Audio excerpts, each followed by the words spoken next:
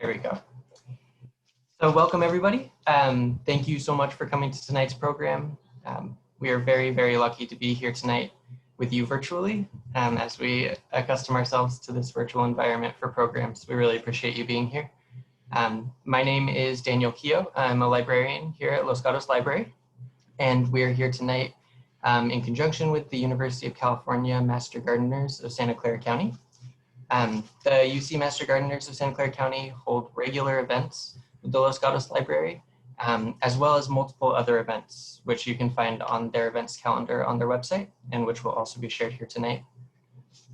We're here tonight with Master Gardener Barbara Hunt, and who will be presenting tonight, and Master Gardener Rebecca Schoenenberger, who will be moderating. Please feel welcome to ask any questions in the Q&A. And yes, this presentation will be recorded, so hopefully it will be available afterwards. As you can see, there is a chat option and a Q&A option, so we'll be monitoring those for questions. We'll do our best to get to all of them, but we will have a cutoff time tonight, so we'll do our best to get there. And then I'm going to also add a link in the chat right now to a Google Drive document, and it is the handout for tonight's program. If you do have any issues getting there, don't worry, we'll make it available afterwards on our website and where we upload the video, likely on YouTube. With that, I'd like to introduce Master Gardener Barbara Hunt for tonight's program on landscaping for wildfire protection. Hi, good evening, everybody. Just a note about the handout first. That will also be available on the Master Gardener's website, and I've got a link to that later on that you can see. So I want to start by talking about a little bit about who and what the Master Gardeners are. We're a group of people who are trained by the University of California with a mission to extend research-based information on home gardening, pest management, especially integrated pest management, and sustainable landscape practices to the residents of California. The purpose is for us to be like a go-between between professors and research scientists and home gardeners. Okay, next slide. Okay, so this is just a couple of notes. There's, as I said, we're trained by the University of California. There's a chapter in, I believe it's each county of California. So we are the Santa Clara County chapter. We have a hotline where you can either call in or email, and that's on, there's more information on the handout about that. Our website is here, mgsantaclara.ucanr.org. And let's see, we have demonstration and research gardens. They're not open right now, or not open all the time. There are a few of them that are going to be open for special days, and I have a list of that later. We have events throughout the year, our spring garden market, and hopefully that will be in person next year and not by calling in and virtual. And we have classes and talks. We have a speakers bureau for those of you who belong to other clubs as well who might be interested in having a master gardener come and talk to you. And we have a school garden advisory team. Okay, next slide. So this is a list from our website of just the talks and workshops that are coming up in the next, excuse me, month. And you can see everything except for a couple of open gardens is online. When you go to that website, and this is it down at the bottom, you click on the particular topic there, and it will take you in to where you can see more of it, and you can also register for it. Okay, so now the talk. This is landscaping for wildfire protection, and I will say it will help you survive a wildfire, or may help you, but with some of them, there won't be any anything that I can tell you tonight that would help. Most of them, though, will. So next slide, please. I hope nobody will ever be in this position where you're running with the fire behind you and a bucket of water. Okay, next slide. So I thought you might be interested in these statistics in case you haven't seen them already. 5 of the largest wildfires have already occurred in 2020. Over 18,000 firefighters, 3.6 million acres burned. That's the most ever. And we're not even well into the season yet. And 26 fatalities and 6,700 structures were destroyed. Okay, next slide. So this is what I'm going to talk about, the Wildland-Urban Interface. Probably a lot of you have already heard of that, but I'll talk a little bit more about it. I will talk about the basics of fire. There are stages of wildfires. Mostly what we see on the news is the 3rd stage, the final. How homes survive wildfire and defensible space. Okay, next slide. What I won't talk about is hardening your home, because this is a gardening landscaping talk. There are places in the back of the handout where you can go online. There is a lot of information out there about hardening your home and also building codes and hardscapes, but I won't talk about those except maybe to mention it in passing. Okay, next slide. So this kind of explains why I'm doing this.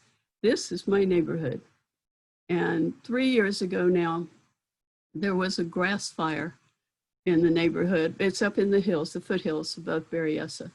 There was a grass fire in the neighborhood that caught a house on fire, and that's where you see the whitest smoke up sort of toward the center upper part of the screen. And my house is just about 1/4 mile from there over to the left. I actually, this was taken from a plane, but I actually stood there with the homeowner and we watched the house burn.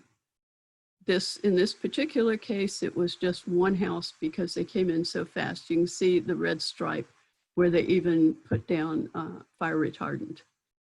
But it really, they came in so fast and we were really lucky. Okay, next slide. And that's the house. It was a total loss. Most of the back of it's even gone. But you can see that tree in front, which I don't know what kind of tree it is, I realized today. It looks like it didn't have any damage, or maybe a little bit, but it survived pretty well. On the other hand, on their back, in the back of the house, they had an old wooden deck and a eucalyptus tree up against the deck. Okay, next one. So the Wildland-Urban Interface. This is a sort of a transition zone between wildlands or unoccupied land and human development. And it can be like in the previous slide, where it's grasslands mostly on this side of the valley. And a lot of it's even cattle ranges, but that's considered wildlands too, and that burns.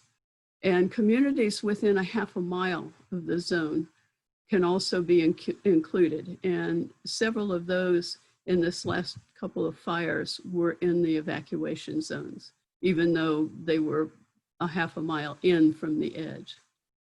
And it's those lands adjacent or surrounded by wildlands. Okay, next slide. So this is a map. This is only from CalFire, and it's Santa Clara County. So the white in the middle is not that it's not susceptible to fire. It is, but not as much. But that's county or city areas. And this map is CalFire's map. The lighter orange is part of the Wildland-Urban Interface. And the red is also part, but that's what burns more frequently or with higher intensity. And you can see in the Santa Cruz Mountains there, some of that is what burned.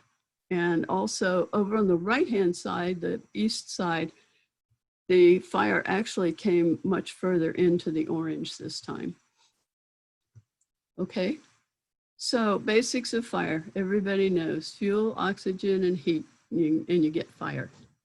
The fire behavior is from the fuel, what kind of fuel it is, grass or trees or whatever.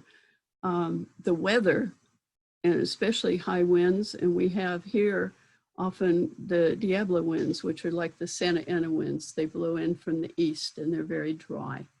And then the topography, how steep it is. And so that gives you the behavior. Okay, next slide.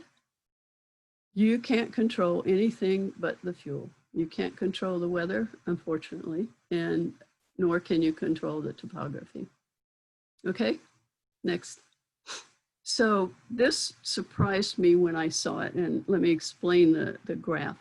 Across the bottom, the x-axis, it's not in year sequential order. It's in order of, excuse me, the red, sorry, is the number of acres that were burned. So in 08, for example, that was the most, this only goes up to 2019.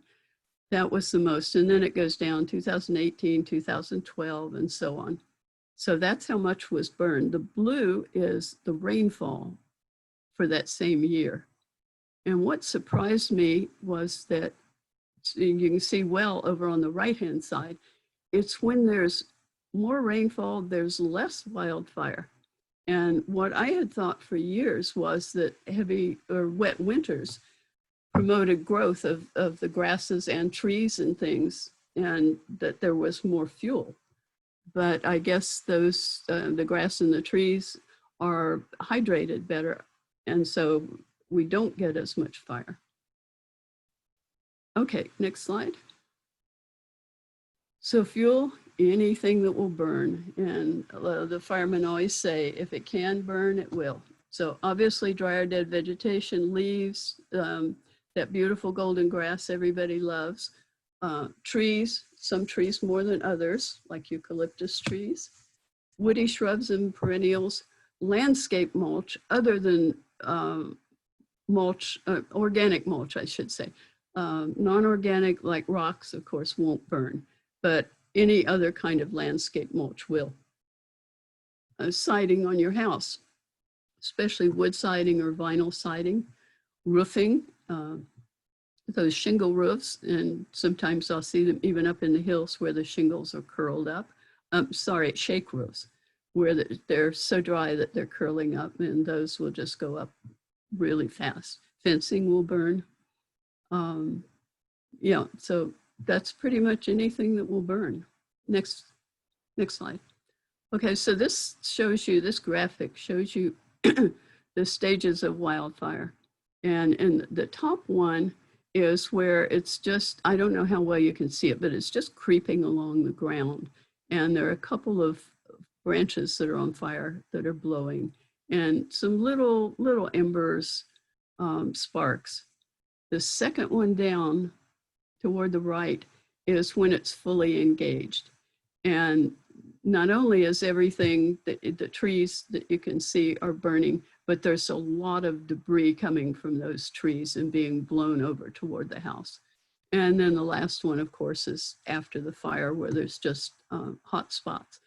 I actually am kind of surprised after that second one that they didn't show the house was burned down, but they didn't. So. Okay, next slide.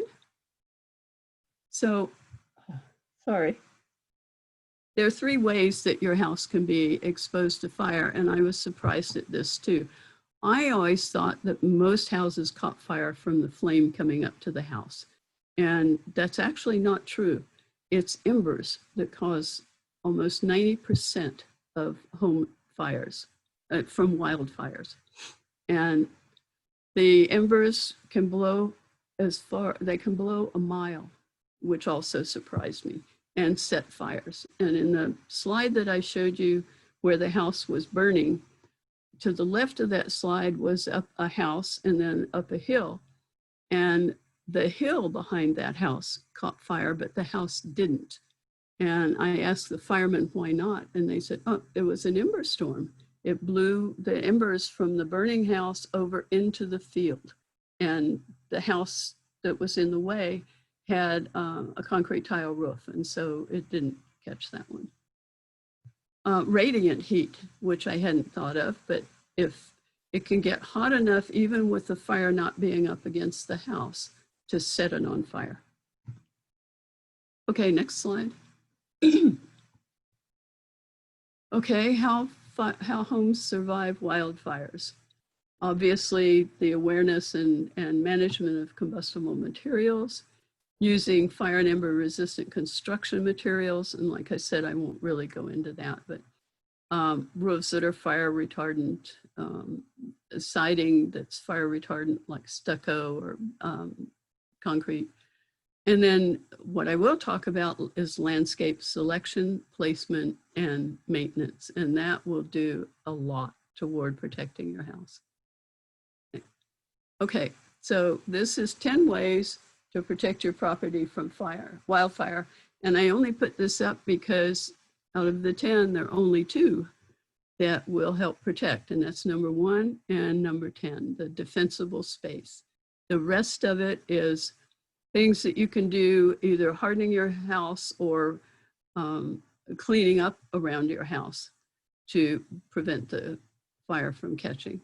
Okay, next. Okay, what is defensible space? First of all, it's defined into 3 zones. One of them is 0 to 5 feet from your house, and that means from the wall of your house, from the outside wall. Then zone 2 is 5 to 30 feet out, and zone 3 is 30 to 100, and there are different landscaping standards for each of those areas. Okay, next slide. Okay, what's it good for? Obviously, it's good to keep fire away from your home. That's the direct flame that comes up to your house. Also, what I didn't know was it provides a place for firefighters to stand when they try to save your home. And I didn't realize either until a firefighter told me, they actually, when they can, if they're in a place with a lot of homes, they'll go through and mark the mailboxes or put something in the yard to indicate which homes they're going to try and save.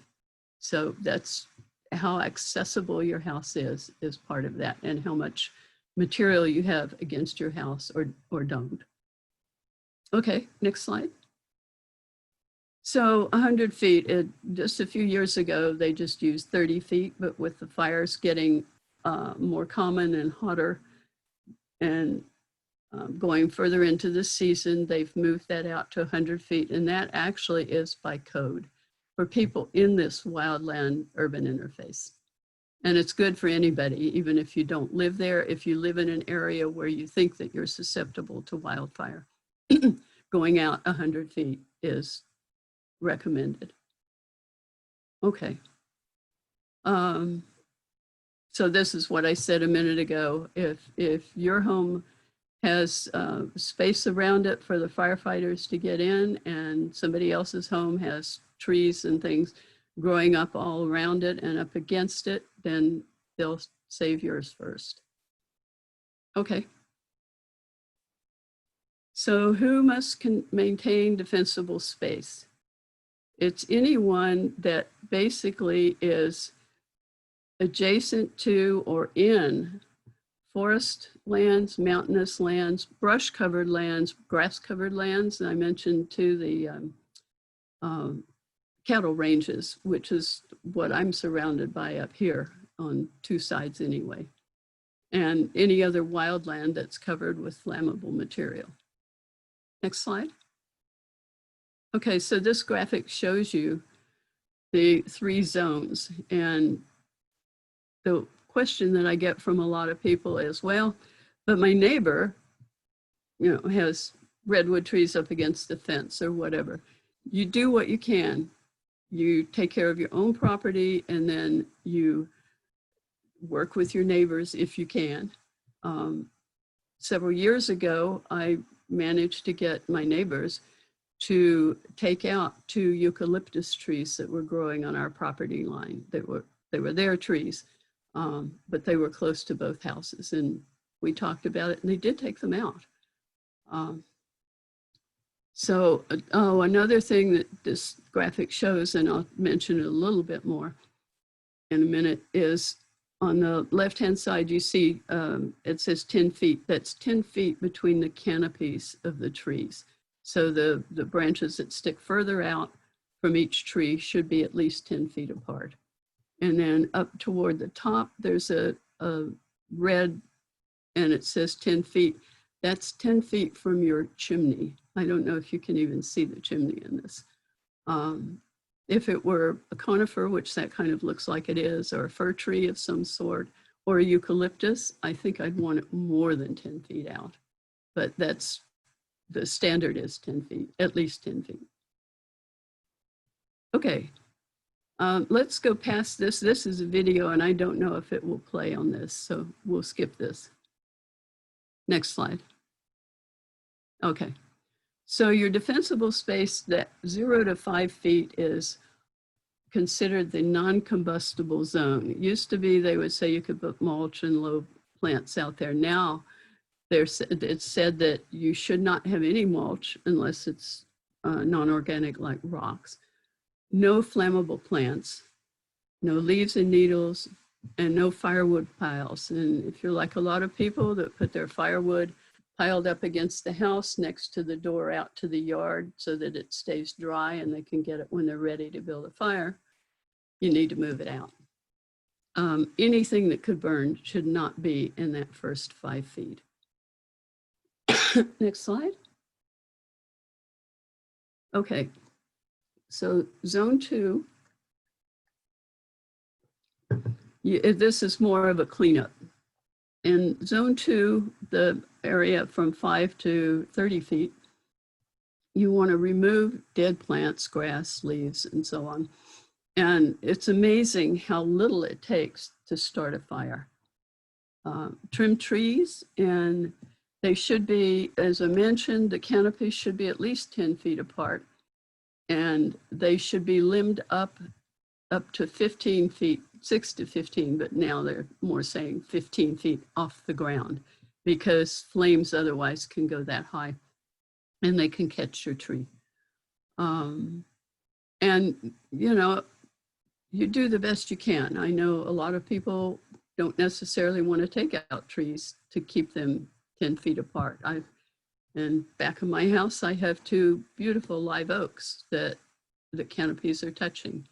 And I still can't bring myself to take them out, but I do keep them limbed up well. Any branches that hang over your roof, you want to get rid of. And as before, 10 feet away from your chimney and a separation between trees and shrubs. Okay, next slide. So this has to do with spacing, and it also, I mentioned earlier, the topography. So at the top, it shows level ground, and they recommend between 2 shrubs, for example, twice the height of the shrubs. And then you can see the tree over there as well, and the 10 to 15 feet up from the shrubs to the tree canopy. On the left, when there's more of a slope, then the distances get greater. So the shrubs should be 4 times their height apart. And the trees should be anywhere from 10 to 30 feet apart, which is much more widely spaced. And then the last one is in the steepest terrain, they need to be further apart yet. And I'll explain this more in just a minute, but this way the fire cannot travel, or can't travel as easily anyway, from one plant or set of plants to another. Okay, next slide. So this is the slope, and it shows, this one shows fire-resistant foundation plantings. It shows them away from the house, but you don't want fire-resistant plantings up against your foundation. Again, that should be non-combustible there. Then in the middle, it says reduce the fuel load. So you would take out some of the shrubs. In a case like this, you would space them. You would clean up around them as well, clean up debris, cut out dead wood, that sort of thing. And then further out, you want to trim your trees, like I mentioned, and also get rid of any dead wood and clean up underneath your trees. Okay, next slide. So this is what happens if you don't. And the in this case, the roof is wood shake, so it's going to catch fire really quickly. The wood siding will catch fire. Vinyl will also catch fire easily. And the house is built on the edge of a slope with a deep overhang at the roof. And the large fires touching just makes it easy for the fire to come along the tops of those trees. Okay, next slide. This is what you would do or what should be done to keep that from happening. So the tree in the lower right is on fire. The next two are starting to catch, but they're not touching, so it's not moving as fast. This one has stucco siding, fire-resistant roof like tile, a concrete wall to deflect the heat, and some of the plantings reduced, but you do want plantings that will prevent erosion too. You want it to hold the hillside. You don't want it to wash down. Okay, next slide. So this is why you space them out. This is called a fire ladder. And you can see in the lower left, there's some shrubs that are close to a conifer, which they catch on fire, which then catches the next one on fire. This actually happened behind my house in one of the larger fires up here, where I have a wet weather creek that runs by the house, or behind the house up the hill. And it's got a number of trees right along the creek. And a fire started in down at the bottom of the hill, and it just came up that creek like a chimney, because not only the rising heat along the creek, but the trees were so close together. Okay, next slide. So the last defensible space then is the reduced fuel zone. That's where you want to have the grass no higher than 4 inches, and that includes that the wild oats that are everywhere growing in the wildlands. The spacing between the shrubs and trees I mentioned, and the vertical spacing between the grass, shrubs, and trees. Okay, next slide. Okay, so this is cleanup, and just you want to get all the litter and debris off the ground. Some trees shed a lot, like eucalyptus trees just shed a ton of material. Anything that's dead, you want to get out of there. Small conifers, you want to move out or just take out. And vegetation adjacent to storage sheds. I talked about the house, but a lot of people have storage sheds that aren't up against the house or aren't part of the house. And the vegetation around those needs to be cleared out as well. Okay, next.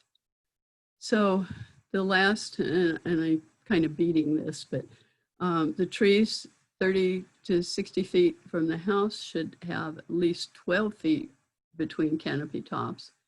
And further out from 60 to 100 feet, at least 6 feet between the canopy tops. Okay, next. Okay, fire-resistant plants. And no plant is totally fireproof.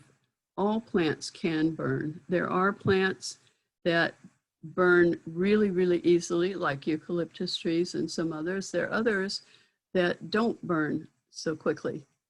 But any landscaping that you do, even if the trees or plants are fire resistant, it still requires maintenance. So to get fire resistant plants, you want to choose low growing plants, ones that are open structured rather than really dense, things that are not so resinous.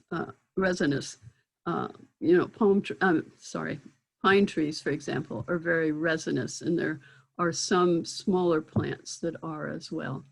And then you want plants that have a higher moisture content. And it doesn't have to be succulents. There are other types of plants that do keep a lot of moisture in. Native and drought tolerant plants can be good choices if they're well maintained, but some native plants are not good choices at all. They really, really burn and easily. Then the characteristics of fire resistant plants, They can store water in their leaves and stems. And I think of some things like manzanitas, for example, if people know what those are. They have kind of, I guess, sort of a waxy, or they have some sort of covering on their leaves so that they don't evaporate moisture as quickly as, say, an oak tree, a deciduous oak tree. They should produce little or no dead or fine material. That's kind of hopeful. And limited watering, and then low growing or open form again. Okay, next. Oh, and the last thing, things that are not considered invasive. There are some plants that people put in that are invasive in some areas. And invasive means that they will take over and crowd out anything else. Over on the coast, ice plant is invasive. I'm told that it's not here in the valley because it doesn't go to seed like it does over on the coast. But there are some, mostly not native plants, but there are some invasive plants that people do plant, like broom, Scotch broom, eucalyptus trees, things like that. Okay, next slide. Okay, you can create fire-safe zones, obviously stone walls, patios, decks, and roadways. I mentioned the rock mulch and the higher moisture plants. Okay, next. Okay, these are flammable, really flammable. Italian cypress. Some of my neighbors call them Roman candles because they do go up like that. They just go whoosh. Junipers, eucalyptus trees, and they have so much debris underneath them too, that they're just, it's just like kindling under them. And then some sages burn easily or flammable, like black sage. Other sages, not so much. Yeah, okay. Oh, I know what I was gonna say. There are no explosive trees. There are just two things that happen. One is maple trees in the winter will sound like they're exploding if it freezes deeply enough. The sap in the trees will freeze. And that's really about it. But there have been a number of things written recently by firefighters and others that say they've never ever heard of an explosive tree. So don't worry about that. These are fire resistant plants, California live oaks. When we had the fire that came up through the back of my house, my live oaks hardly were even scorched. Aloes are fire resistant. Creeping thyme and lantana. Okay, next. All right, I put in here some plants, and I am partial to native plants. So these are all, the next few plants are all natives, and they are ones that are recommended as being fire retardant or fire resistant is a better word. So California buckeye, they have gorgeous, gorgeous flowers in the spring. And they grow into fairly tall trees. The one drawback in having them in your yard is that they lose their leaves in the summer. They go dormant. But for some people, myself included, the limbs and the trunks that are left are so sculptural that they're beautiful as well. So this is one good fire-resistant tree. Okay, next. And toyon, so beautiful, does not catch fire easily. It makes a nice, in fact, you can even trim them into hedges. I have a friend who does that. They can get up to, I don't know, 10, 20, 30 feet high. What you see on it is berries, and birds love those berries. There will just be flocks of birds sometimes after the berries. So this is a very nice plant to have. And again, it's fire resistant. Okay, next. buckbrush or Ceanothus cuneatus. I've heard that it's one of the most common ceanothuses, and it is absolutely beautiful in the spring when it blooms. It's just covered with white flowers, and bees love it, love it, love it. It would need to be trimmed if you're going to keep it in your yard and cleaned up underneath, but other than that, it's a beautiful shrub and would go well in your yard. Okay, next. So I'm kind of going down in height as well. Started off with a tree and smaller trees. This is the California fuchsia, which probably attracts more hummingbirds than any other plant around. It blooms for a long period of time and it's gorgeous. And it's easy to grow. Okay, another one. Next slide. So this is a manzanita, and I mentioned the leaves earlier. You probably can't see it from this slide, but the leaves are kind of thick and the water does not evaporate as quickly from those. They're beautiful. They're beautiful with all those flowers on them, and lots of pollinators come into them too. Okay, next slide. Oh, I forgot to even stop and ask if people have any questions. Rebecca, are there any questions? There's been several questions, but you're answering most of them along the way. Okay. And I'm trying to, but one question that I thought was interesting is the conflict between urban land and, you know, these making your home fire safe, but then also providing habitat. And if you wanted to maybe touch on the conflict of that. Oh yeah, that's actually kind of a hard one too. The plants that I've been mentioning here that are fire resistant and would make good plantings for you are, they do provide good habitat as well, food and places to live and reproduce. The defensible zone only goes out to 100 feet. So beyond that, there is whatever habitat was there, and you're not doing anything about that. You're just reducing, you're not changing it so much as you're just reducing it in your yard. Does that make sense? Yes. Another question that I think is hard for us gardeners too is we like to have plants around our house, and Mira commented that I'm a little disheartened on zone 1. There are bonsai trees and camellia bushes. Do I have to get rid of everything to make the house fire resistant? If you were going to truly make it fire resistant, you would. I'm not going to tell you to do that though. I have stuff around my house too.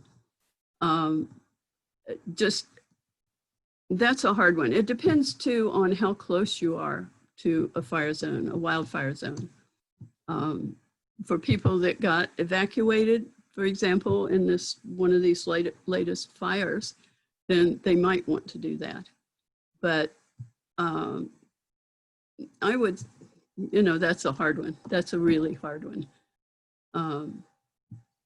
Yeah, you have to use your own judgment and see whether you think that you could have a fire come up that close. Now, I will say one thing, and I have a video, but I didn't put it on here. There's one showing an ember storm where it's staged, but they had this was a big fire, CalFire, I think, did it. And they had a house, and they put mulch around the base of it, and they planted some little shrubs in there. And the shrubs were green. They weren't dead. And then they had a fire source that was, I don't know, 30 feet away or so, and it was blowing embers. And what happened was the mulch caught fire, but not very much. But beyond that, above it, the gutters on the house were vinyl, and embers blew on those, and they really flamed up. They dropped down onto the mulch, and then caught it more, all the mulch then caught fire.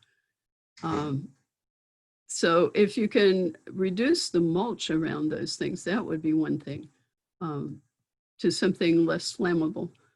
But, you know, it depends on how much you think your house might catch fire, how close you are to those. Okay. Anything else? No, that's it for now.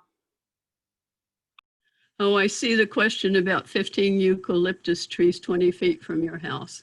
Is it a bad idea? It is, actually. And if those are trees that you want to keep, I would say keep the debris under them cleaned up, for one thing, because that's like kindling. And I know that eucalyptus trees drop a lot of bark and leaves and the little seeds, nuts. So keep that cleaned up, keep them limbed up 15 or 20 feet off the ground. And that's about it. Eucalyptus trees, actually, when they get hot and in a fire too, their sap actually gives off a flammable gas. And apparently in places like Australia where they get very, very hot, you can see, and there's a lot of eucalyptus trees, you can see that flammable gas in the air. They call it a miasma. It's sort of cloudy looking. And any little thing will catch it on fire. So they are pretty fire prone, but if you manage them well enough, depends again on where you are. If you've got wildland right behind those eucalyptus trees, then you might want to take them out. Okay, anything else?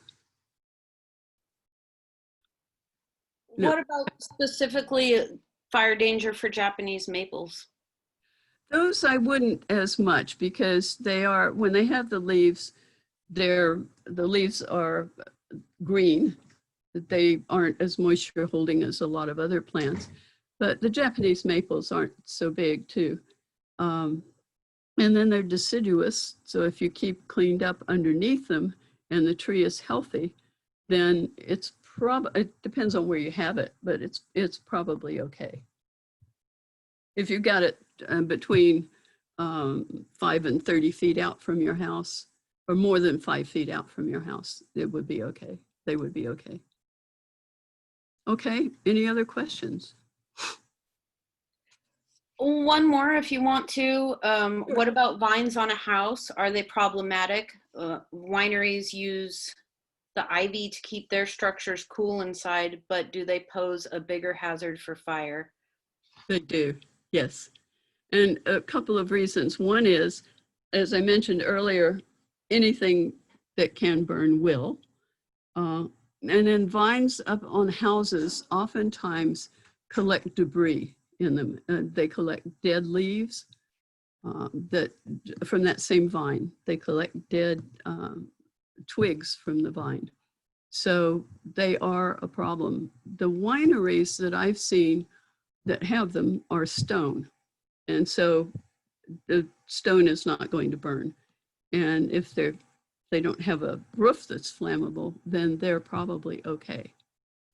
But if you've got it, and I said I wouldn't mention anything about hardening, but this is one place where it might, I'll say something.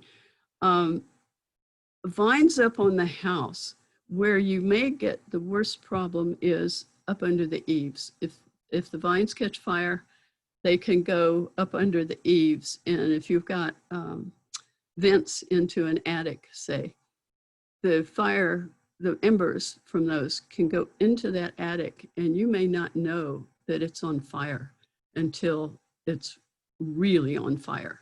And that happens quite a bit. Not so much from vines on the house, but from ember storms.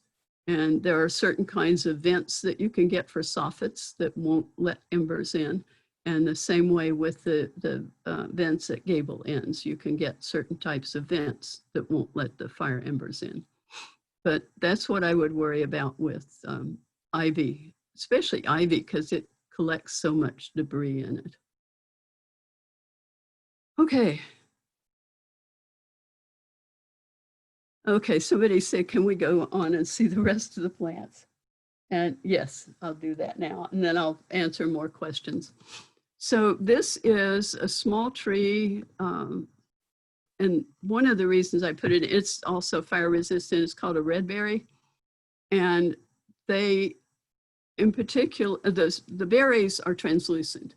And the first time I ever saw one of these, the sun was behind it, and it looked like the tree was full of Christmas lights. It was gorgeous. And there are many birds that like the berries. And of course, you see the butterfly over there on the flowers as well. This is a really nice plant. Okay, next slide. This one, I couldn't find a big picture of. It's golden yarrow, and it's also fire resistant. It's beautiful. Some of them are very yellow. They kind of vary in how yellow they are or how golden they are, but some of them are really spectacular, and they're small. I think they get up to about maybe 3 feet at the most. Okay, next. And then this is white yarrow. It's not even in the same genus. It's much lower growing, and it's a ground cover really. And a lot of people use it even in their yards as a ground cover. It makes a nice ground cover, and it's pretty fire resistant. It's green, it doesn't generate a lot of debris. So it's a very nice plant.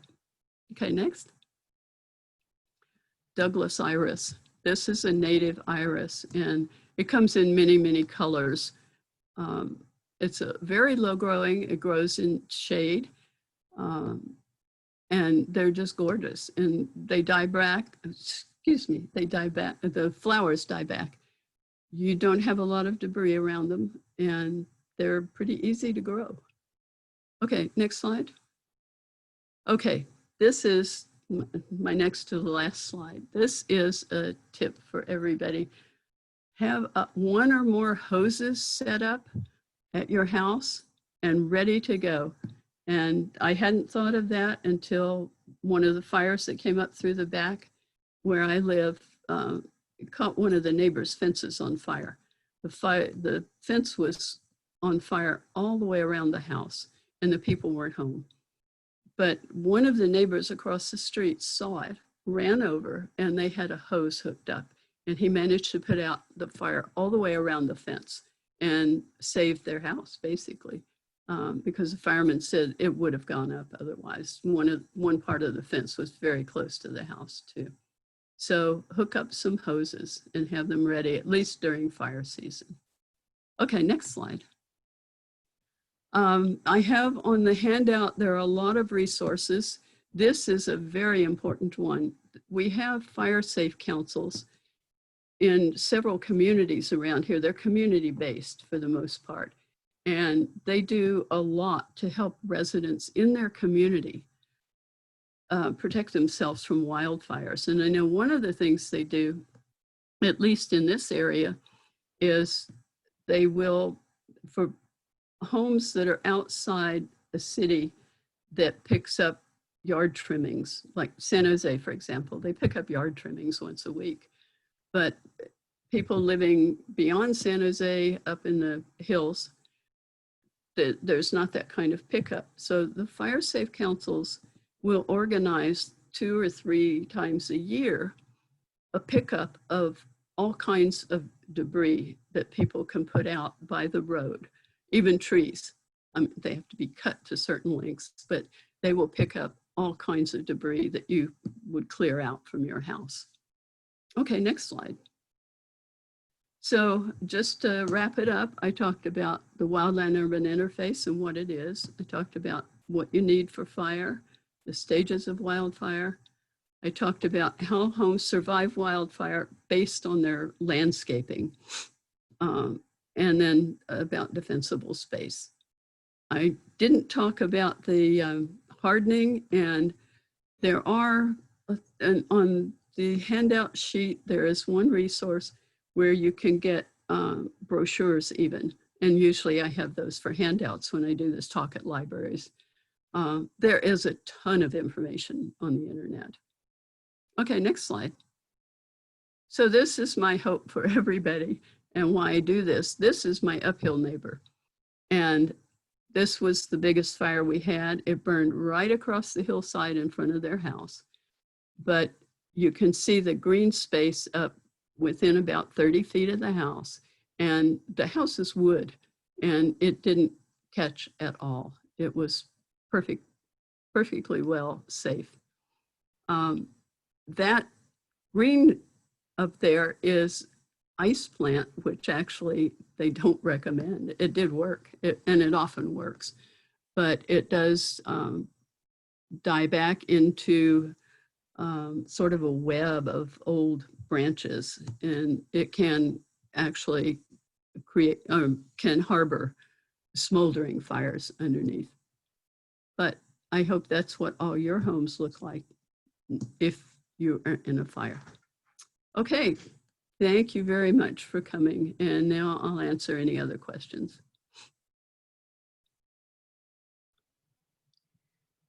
Barbara, there's one question about conflicting information on ceanothus and manzanita. Okay. Can you comment on that? Again, what I should have said is some, but not all. Some ceanothus are fire resistant, some are more fire prone. And let's see, on the handout, on the page, the Master Gardener's page where I say the handout will be, I will also put up 2 or 3 lists that were developed by one of them, City of Oakland, one of them, a fire council down in Gilroy, and I forgot where the other one came from, of fire resistant plants. And it specifies doesn't specify all of them, but it mentions some manzanitas and some ceanothus. Also, there is a link to there's a nursery called Las Palitas, and it's down below Santa Margarita. The gentleman that developed the nursery, that founded it, and has since died, but he went through, I think, about 600 different plants and held their leaves to a flame. And he's got that information in a spreadsheet there. So you can look up that spreadsheet and it will tell you for any particular plant, and like I said, there's 600 of them in there, it will tell you how many seconds it took for the leaf to catch fire. And some of the ceanothus caught fire pretty quickly, some didn't, some lasted a long time. Same with the manzanitas. Okay, does that answer the question? Yes, one more thing that I'm seeing a lot, Barbara, is I know as gardeners we talk about leaving the leaves, and so with fire danger, that's something that can be hard to reckon with. Somebody asked, don't oak trees do better with their own leaves on the ground? Could you comment on that in regard to fire safety? Oh, that's a hard one, because I know especially live oaks do much better with their leaves left on the ground. I haven't come across a recommendation for that or a discussion of it. If the trees are far enough from your house, say out to the 30 to 100 feet, and they're spaced well, then I think you can leave those leaves, but they can catch fire. However, when we had the fire that came up into my backyard and I had the 2 live oak trees, the leaves there did not catch fire under them. I think they were probably still moist enough that they didn't catch, but they can. Okay.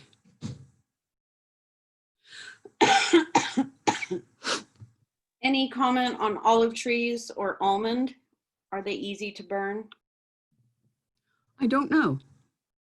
I would think the olive trees might be, but almond trees,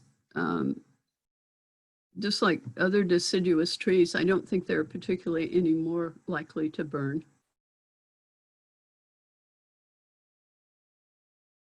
Okay.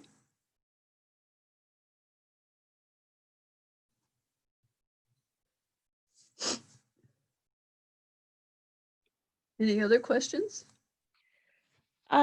Kimberly just asked about what do you do if a neighbor has wood stacked up 3 feet high and you might see a fire hazard around you? Yeah, that's a tough one. I think the best thing to do is start by making friends with your neighbors and talk to them about it. They may not realize that that is the fire hazard that it is. And if it's firewood, it's probably dry, it's right ready to burn. If they covered it up with something, a tarp or something else, that would make it less likely to burn. But you just got to work with your neighbors. And I know it can be done. I've got a neighbor that's got a palm tree that he doesn't trim at all. And so it's got all of those dead fronds hanging to the ground.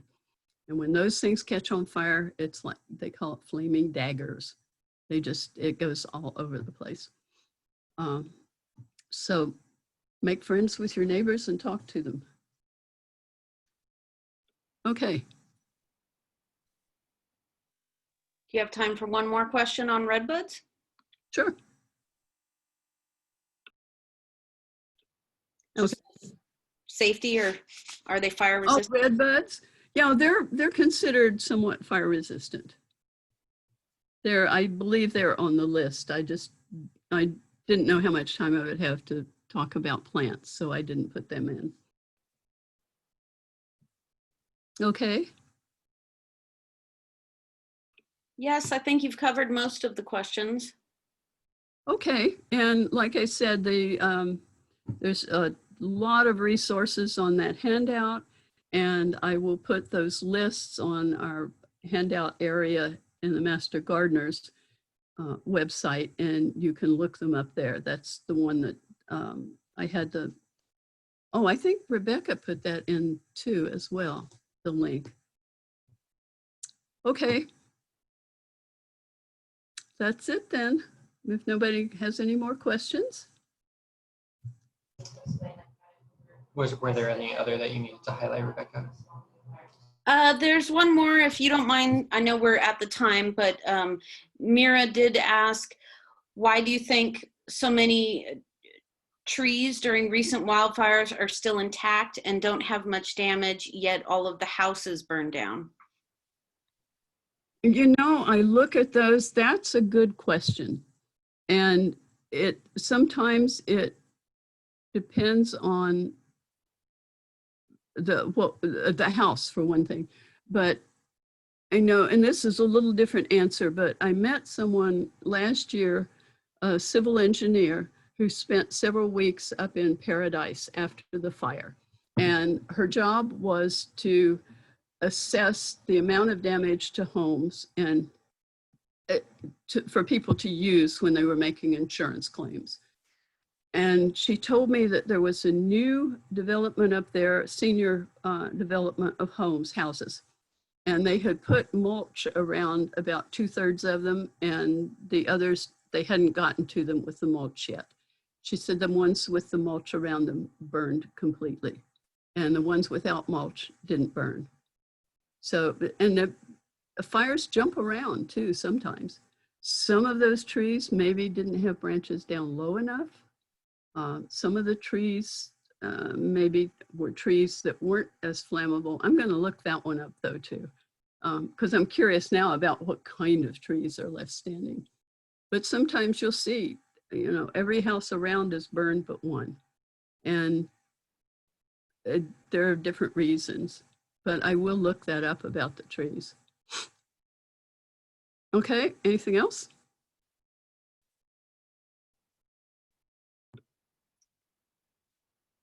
No? Oh. No, I think that's it. It's kind of maybe a little off on the hardening topic, but Joseph said install 10 hose around 1 acre property, need more water. Any information on fire hose purpose? I'm not sure what that means. I know having water accessible and visibly accessible is one of those factors that Barbara talked about whether the firemen will determine if your house is defendable or not, is if you have water visibly accessible for them to access. So, and I've also heard of people using irrigation for fire defense too. Do you want to comment anything about that, Barbara? I don't know about the irrigation and whether they decide on your house based on water available depends on where it is. If you're on a suburban street in the wild, next to the wildlands, then yeah, that might be the case. Oftentimes they come with their own water if they can get a truck there. And there was more to the question? Oh, irrigation water, I guess you mean. I don't know. I do know some people up here in the hills have installed very, very large water tanks, and so that they will have more water in reserve in case of a big fire. Yes, that is more what I was thinking of, is the more rural environments where you might need to have your own water supply. Yeah, if you live in a rural place like that, yes, you may need to. When it gets into areas far enough back that they can't get tanker trucks in, and they're going in like dropping fire crews from helicopters, which they do, or they land the helicopter and let them out. They don't drop them. But as one guy said, all we've got is gardening tools. They have maybe a chainsaw, they've got rakes, they've got loppers. They don't have water. So if you're up in an area like that where they can't get to with water trucks, yeah, you want to have extra water. And it was I think it was over in the Santa Cruz Mountains where a group of people got together and put out the fire and kept the fire from burning their houses. I don't know what they used for a water source, but obviously had one. And they said that the firemen didn't get to their house until like the next day, I think it was. So having that water available is, yeah, you want to do that if you're somewhere like that. And you can get that much water. Okay. Anything else? No, just a lot of people saying thank you. And oh, that's very nice. Thank you all for coming too. And I hope this did help you.